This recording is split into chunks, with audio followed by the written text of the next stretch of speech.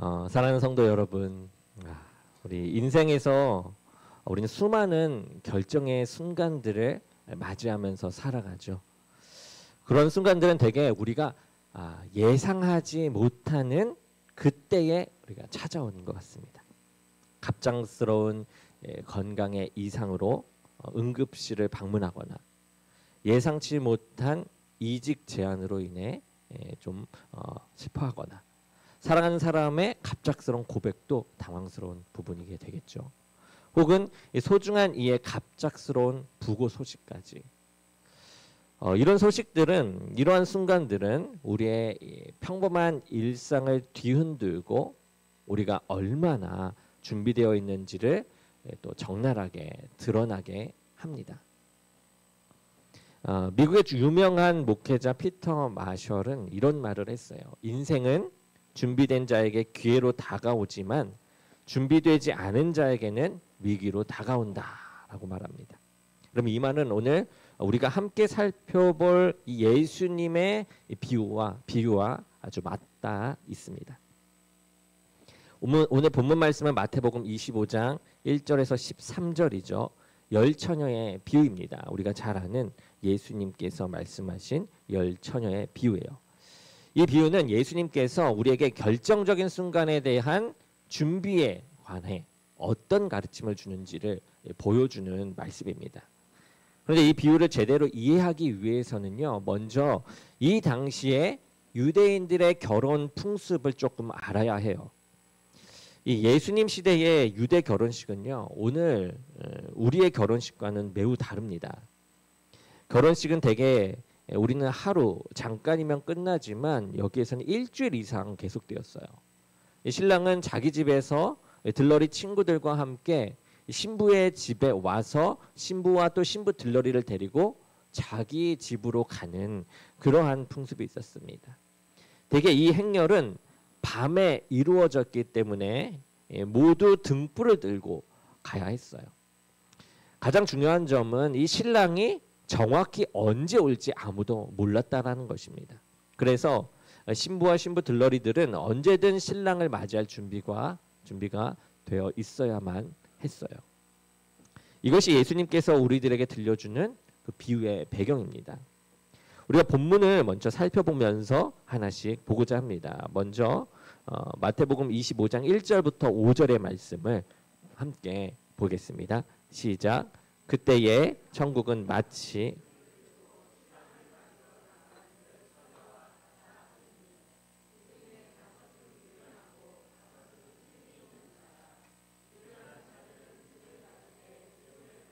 아니하고 슬기 있는 자들은 그릇에 기름을 담아 등과 함께 가졌더니 신랑이 더디 오므로 다 졸며 잘세. 아멘. 이 예수님은 이 비유에서 10명의 처녀들을 이제 두 그룹으로 나누죠. 5은 슬기로운 처녀들이었고 5은 미련한 처녀들이었습니다. 그런데 여기서 주목할 점은요, 이들의 겉모습은 거의 차이가 없었다라는 것이에요. 그들의 공통된 모습은 이랬습니다. 모두 결혼식에 초대받은 들러리였다라는 것이에요. 두 번째는 모두 등불을 가지고 있었습니다. 그리고 모두 신랑을 기다리고 있는 자들이죠. 그리고 모두 신랑이 더디 오자 똑같이 졸고 잠들었습니다. 이 본문 5절을 보게 되면 분명히 다 졸며 잘세라고 이야기해요. 여기서 정말 흥미롭게도 예수님은 그들이 잠든 것 그 자체를 문제 삼지 않았다라는 거죠. 문제 삼지 않으십니다. 슬기로운 처녀들도 미련한 처녀들처럼 잠들었기 때문이죠. 그러나 그 안에 진정한 차이는 외적인 행동이 아니라 내적인 준비 상태에 있었다라는 것입니다. 이것은 오늘 교회의 모습과 매우 흡사한데요. 예배당에 함께 앉아 같은 찬송을 부르고 같은 말씀을 또 듣고 같은 봉사를 하는 사람들 중에도 두 부류가 있다라는 것이에요. 겉으로는 정말 구분하기 어렵지만 내면의 신앙 상태는 두 부류가 전혀 다를 수 있다라는 것입니다. 그래서 옥하는 목사님은 평생 이 문제를 강조하시면서 명목상 신자와 참 신자의 차이에 대해서 말씀을 계속 하셨어요. 이 비유에서도 예수님은 이 두 그룹 사이의 결정적 차이를 우리에게 보여주고 계십니다. 이 말씀이 오늘 우리에게 의미하는 바는 단순히 교회에 출석하고 또 종교적 활동에 참여하는 것만으로는 충분하지 않다라는 것이죠. 신앙의 본질은 내적 실체가 있으며 그것은 결정적인 순간에 드러나게 됩니다. 우리는 스스로에게 질문을 해야죠. 나는 단지 신앙의 형식만 갖추며 살아가는가? 아니면 진정한 내면의 준비가 나는 되어 있는가? 바울은 디모데후서 3장 5절에서 이러한 위험을 경고했어요. 경건의 모양은 있으나 경건의 능력은 부인하는 자니. 오늘 우리의 신앙은 단지 이 모양만 있는 것인가 아니면 내면의 능력이 있는 것인가 살펴보는 시간이 되기를 원합니다. 그러므로 저와 여러분이 이젠 겉모습과 형식에 만족하지 않고 진정한 내면의 변화와 준비를 갖춘 신앙인으로 성장하는 저와 여러분 되기를 소망합니다. 다음은 6절에서 9절의 말씀이에요. 6절에서 9절의 말씀을 우리 함께 읽어보도록 하겠습니다. 시작. 밤중에 소리가 나되 보라.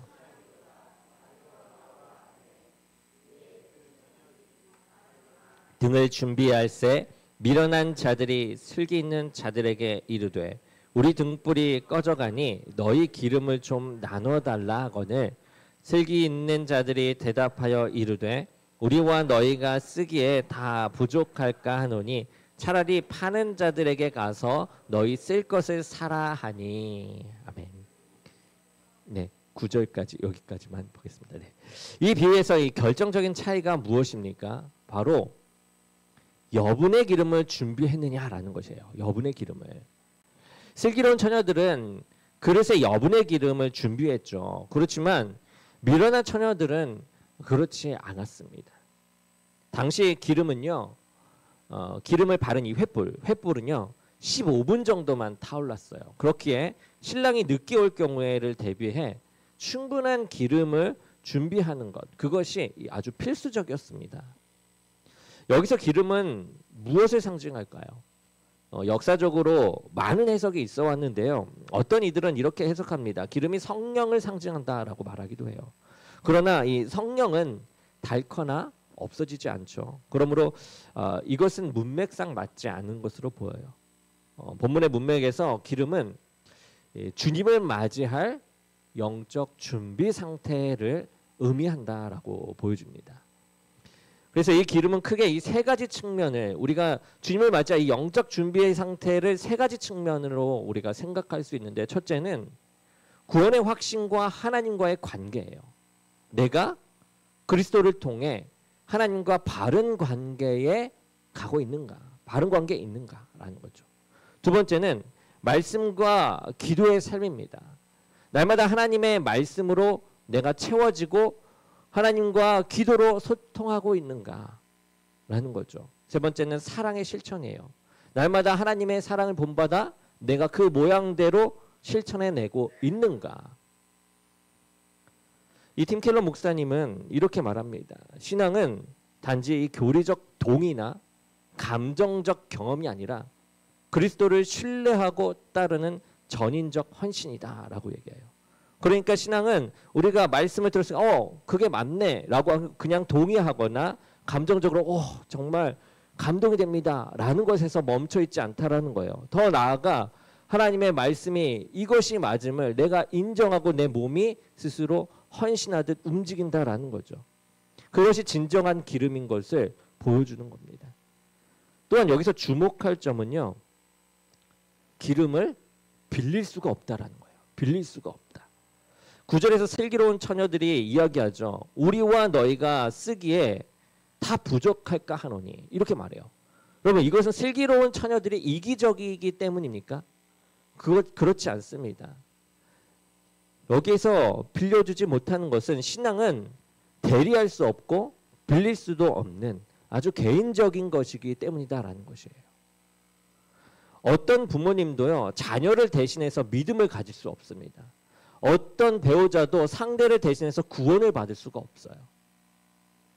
각자가 자신의 신앙을 주님 앞에 형성해야 한다라는 것이죠.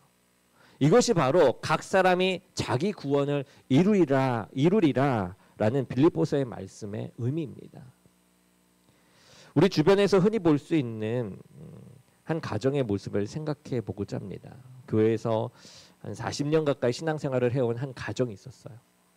겉으로 보기에 믿음이 아주 좋은 가정이었습니다. 그런데 남편이 갑작스럽게 건강에 문제가 생긴 것이에요. 그래서 수술을 받게 돼요. 병원 대기실에 아내는 친구에게 이렇게 고백을 합니다. 너무 슬퍼하면서 이렇게 고백해요. 평생 남편이 나와 함께 기도를 인도했어요. 가정 예배도 그가 이끌었고 성경도 그가 많이 알고 있었어요. 저는 그저 남편이 하는 대로 따라가기만 했어요. 그런데 지금 이 위기의 순간에 내가 기도해야 하는데, 분명 기도해야 되는데 어떻게 기도해야 할지 모르겠어요. 그동안 내 신앙이 얼마나 남편에게 의존하고 있었는지 이제야 깨달았어요. 라고 얘기합니다. 여러분, 이것은 많은 가정에서 일어날 수 있는 일이죠. 부모님의 신앙에 의존하는 자녀들, 배우자의 신앙에 의존하는 남편이나 아내, 또는 목회자나 교회 지도자의 신앙에 의존하는 평신도들, 또는 성도들에게 의지하는, 프로그램에 의지하는 목회자들. 우리는 무의식 중에 다른 사람의 신앙에 기대어 살아가곤 한다라는 것이죠. 그러나 성경은 분명하게 얘기하죠. 갈라디아서 말씀에 각 사람이 자기 짐을 질 것이다 라고 해요. 결정적인 순간이 오게 되면요, 우리는 각자 자신의 기름으로 등불을 밝혀야 한다라는 것입니다. 진정한 신앙은 대리할 수도 없고 빌릴 수도 없으며 마지막 순간에 급하게 채울 수도 없는 것입니다. 그러므로 우리가 일상에서 꾸준히 우리의 영적 그릇을 채워가며 주님과의 관계를 깊이 발전시키는 삶을 살아가기를 주님의 이름으로 축원합니다. 아멘. 세 번째로 마태복음 25장 10절에서 12절의 말씀을 함께 읽어보고자 합니다. 10절에서 12절입니다. 시작. 그들이 사러 간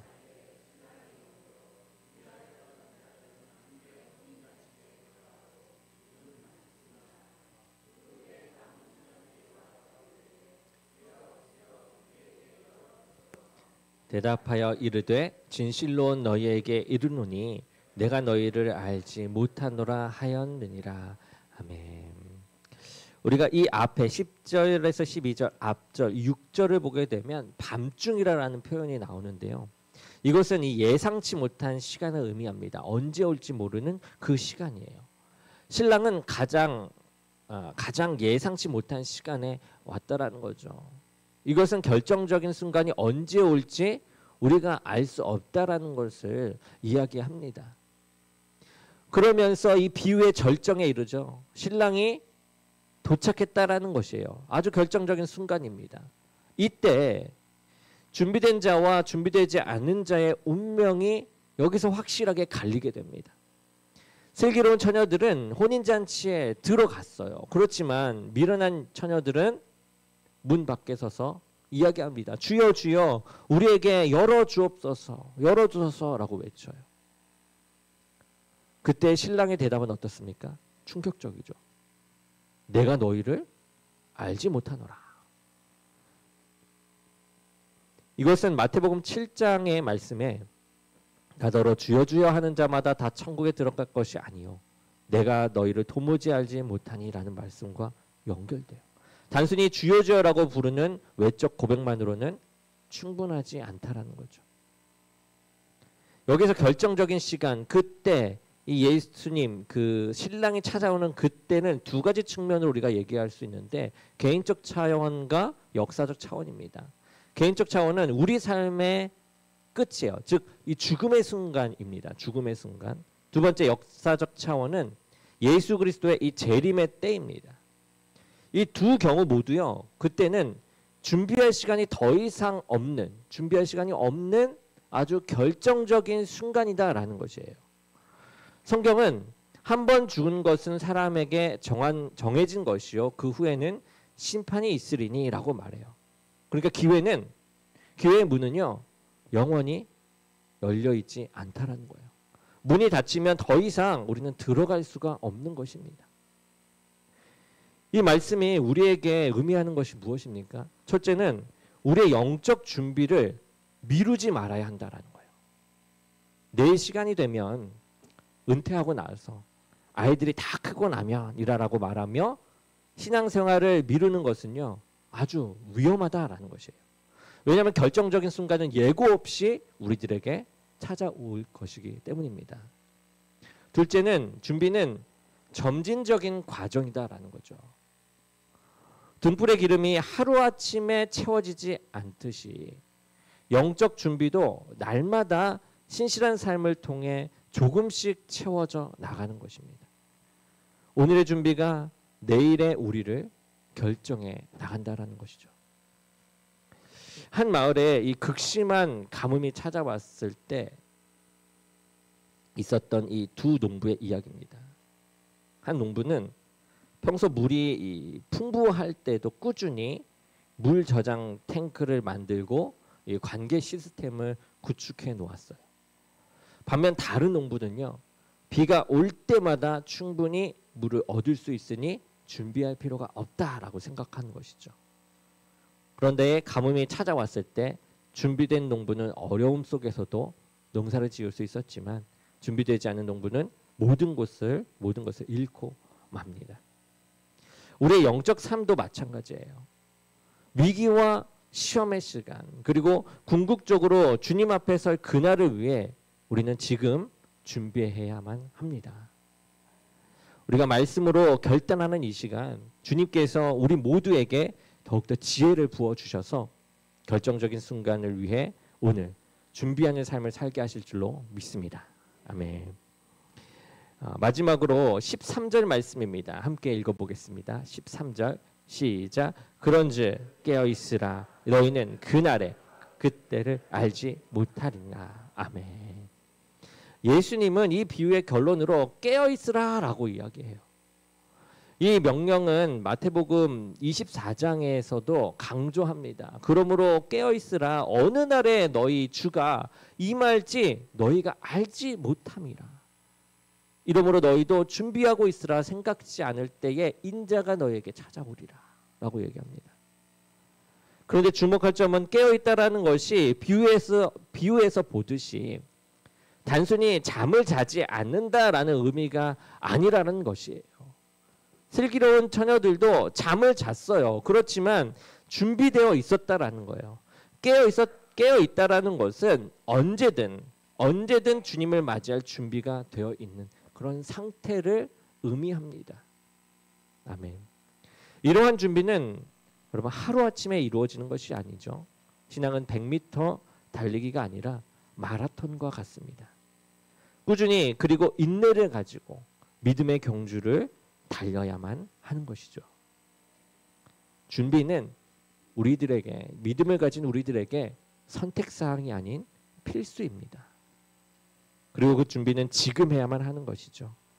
우리 베드로전서 3장 15절 말씀을 함께 보고자 합니다. 베드로전서 3장 15절입니다. 함께 보겠습니다. 시작. 너희 마음에 주로 삼아 거룩하게 하고 너희 속에 있는 소망에 관한 이유를 묻는 자에게는 대답할 것을 항상 준비하되 아멘. 대답할 것을 항상 준비하되 우리는 이렇게 준비할 수 있는 언제나 누가 얘기해도 준비할 수 있는 그런 준비를 해야만 한다는 거죠. 우리 모두가 영적으로 깨어있는 삶, 그 삶을 살아서 주님이 언제 오시더라도 우리가 기쁨으로 맞이할 수 있는 준비된 성도들이 되기를 주님의 이름으로 축원합니다. 아멘. 이제 말씀을 마무리하고자 합니다.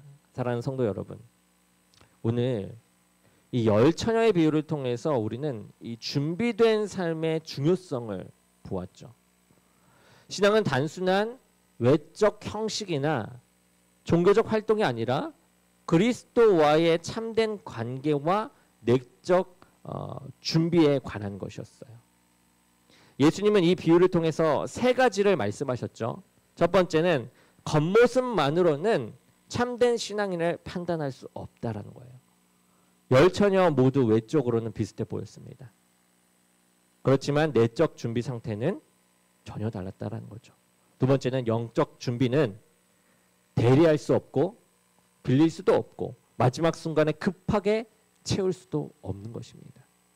서로에게 영적 도전을 받되 우리는 서로에게 영적 도전을 받을 수 있어요. 그러나 의존하는 것이 아니라 각자 자신의 신앙을 발전시켜야만 합니다. 아멘. 세 번째는 결정적인 순간은 예고 없이 찾아온다라는 것이에요. 그리고 그때는 더 이상 준비할 시간이 없습니다. 언제 준비해야 됩니까? 지금 준비해야만 합니다. 아멘. 현대사회에서 우리는 즉각적인 만족에 너무 익숙해 있어요. 그것을 또 원하죠. 무엇이든지 바로 얻기를 원하고 이 기다림과 준비의 과정을 생략하고 싶어 합니다. 그러나 영적 성숙은요, 지름길이 없습니다. 날마다의 신실한 삶을 통해 조금씩 우리는 성장해 나가야만 하는 것입니다. 혹시 여러분 중에 신앙의 형식은 있으나 실체가 없다라고 느끼시는 분이 있으십니까? 아직 늦지 않았습니다. 지금이 바로 기름을 준비할 때라는 거죠. 십자가에서 죽으시고 부활하신 예수 그리스도를 온전히 믿고 우리가 받아들여 나가기를 원합니다. 그분은 우리의 모든 죄를 사하시고 우리를 하나님과 화목하게 하신 분이십니다. 아멘. 그래서 우리 어린이들, 우리 온세대 예배로 드리고 있죠. 어린이들, 그리고 청소년들, 그리고 청년들. 여러분의 신앙이 이 부모님으로부터 물려받은 것만이 아니라 여러분 자신의 것이 되게 하시기 바랍니다. 그리고 예수님과 개인적인 관계를 더욱더 발전시키는 우리 아이들로 성장하기를 원합니다. 그리고 장년들, 우리 또 청년들은, 청년 성도님들은 여러분의 이 영적 상태를 먼저 우리가 함께 돌아보기를 원해요. 저도 마찬가지고요.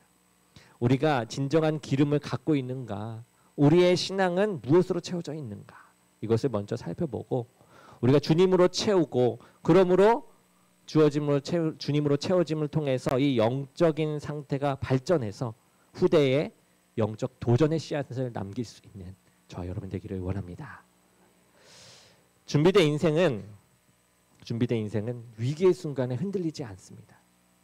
준비된 인생은 죽음과 심판의 순간에도 두려워하지 않아요. 준비된 인생은 하나님이 기뻐하시는 삶입니다. C.S. 루이스라는 분은 이렇게 얘기했어요. 영원을 생각하고 사는 사람보다 이 세상을 더 실용적으로 사는 사람은 없다.